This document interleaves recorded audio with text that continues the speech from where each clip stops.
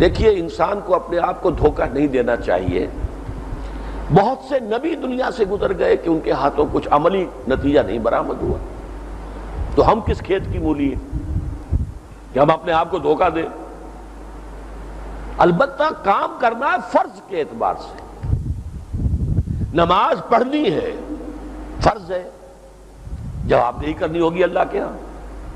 حالانکہ ہماری نماز وہ صحابہ والی نماز تو نہیں ہے. کیا میں اور آپ وہ نماز پڑھ سکتے ہیں جو محمد رسول اللہ پڑھتے تھے صلی اللہ علیہ وسلم؟ نہیں، لیکن نماز فرض ہے. اسی طرح اقامت دین کی جدوجہد فرض ہے، غلبہ دین کی جدوجہد فرض ہے. اب اس پر میرا آج کا موضوع یہ نہیں تھا، یہ تو سورہ صف میں نے واضح کیا تھا، یا رات میں نے تقریر کی تھی تو اس میں اس کو واضح کیا.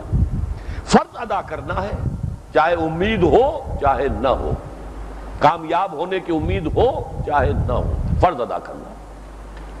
خود حضور کا جو ہے معاملہ سن 10 نبوی جو ہے اس میں کوئی امید کی کرن نظر نہیں آ رہی تھی.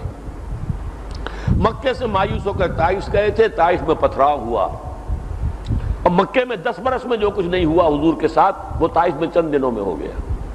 مایوس ہو کر آئے ہیں، مکے میں داخل بھی نہیں ہو سکتے، ایک کافر اور مشرک کی پناہ لے کر داخل ہوئے ہیں. مطعم بن عدی، کافر مشرک، کیونکہ ابو طالب کا انتقال ہو چکا تھا.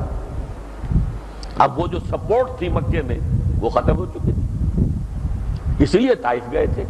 وہاں سے خالی ہاتھ آئے، مکے میں داخل نہیں ہو سکتے، فوراً قتل کر دیے جائیں گے. مطعم بن عدی کی امان لے کر داخل. بتائیے کہاں امید تھی؟ اسی سال ایک کھڑکی کھلی، 6 افراد جو ہیں مدینے کے وہ ایمان لے آئے. اگلے سال 12، اگلے سال 75، وہ دروازہ بن گیا، وہ دارالہجرت بن گیا. اللہ کے راستے کھول. تو ہمیں بھی اصل میں امید اس سے نہیں ہونا چاہیے کہ امید ہے لہذا کام کرنا. نہیں نہیں نہیں، فرض ہے لہذا کام کرنا ہے، یہ ہونا چاہیے. باقی مایوس بھی نہیں ہونا چاہیے. کچھ پتہ نہیں، بظاہر احوال میں کہتا ہوں مجھے کوئی آثار نظر نہیں آ رہے، لیکن کچھ پتہ نہیں. We never know what is round the corner جسے کہتے ہیں نا. ہماری نگاہ تو صرف سامنے دیکھ رہی ہے، فلاں گلی جو آ کر مل رہی ہے اس میں تو جو کچھ آ رہا ہے وہ تو مجھے نظر نہیں آ رہا. حضور کو تو مدینہ نظر نہیں آیا تھا، حضور تو طائف گئے تھے، کھڑکی کھلی مدینے سے. یہ اللہ کا فیصلہ ہوتا.